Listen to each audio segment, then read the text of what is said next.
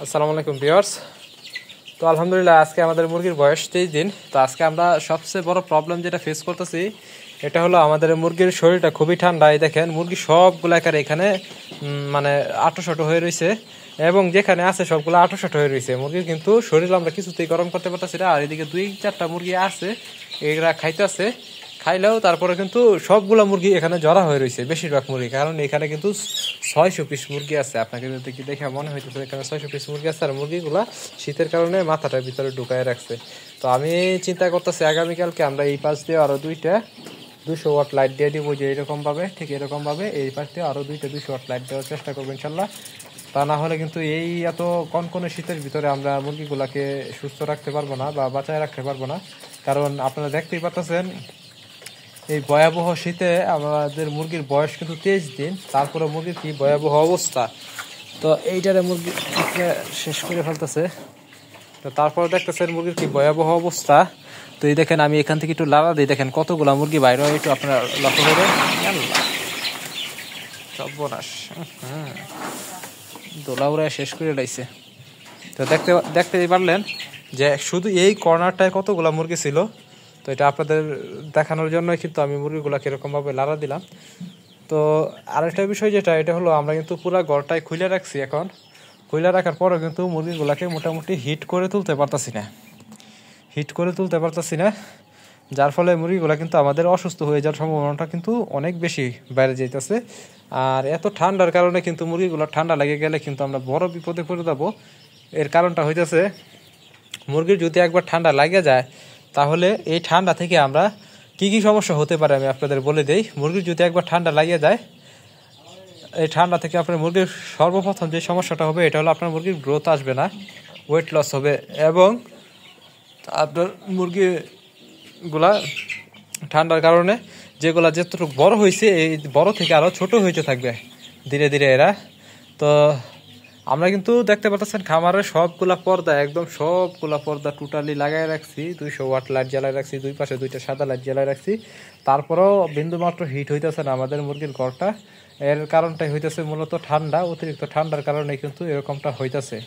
তো আপনারা যারা এই ঘন শীতের মাঝে মুরগি পালতেছেন তারা অবশ্যই এটা লক্ষ্য রাখবেন, যাতে এই ঠান্ডার বিষয়গুলো আপনাদের মাথায় রাখবেন। আর আমাদের এই পঞ্চগড় জেলার এদিকে এই সম্ভবত এই সোনালী মুরগি এবং লেয়ার মুরগিগুলা চাষ হয় বেশি। তো সোনালী মুরগি, ফার্মি মুরগি, বাদামি মুরগি এগুলা ওই পঞ্চগড়ের দিকেই বেশি চাষ হয়, কিন্তু এখন হইতেছে না। এর কারণটা হইতেছে অতিরিক্ত ঠান্ডার ফলে।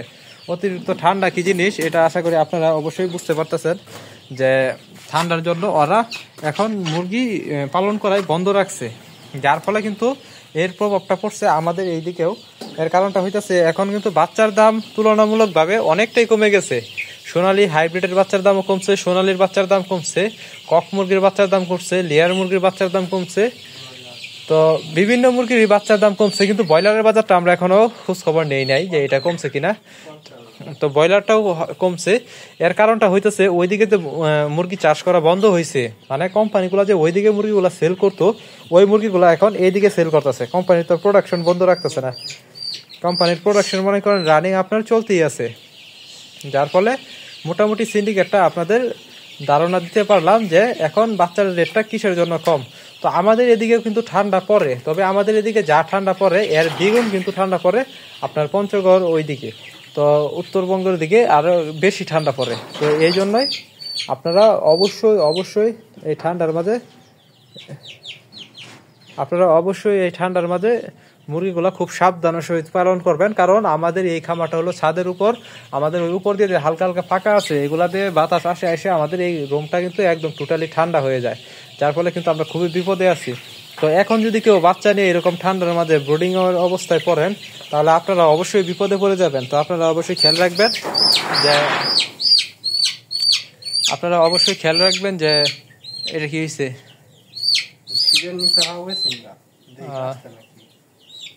এই মুরগিটা এই শীটটা নিচে পাওয়াটা আটকে গেছিল, তো আমরা আগামীকালকে শীটটা টোটালি সরাই দিব, এটা আর এখানে রাখবো না, বাইরে নিয়ে পরিষ্কার করে ফেলবো।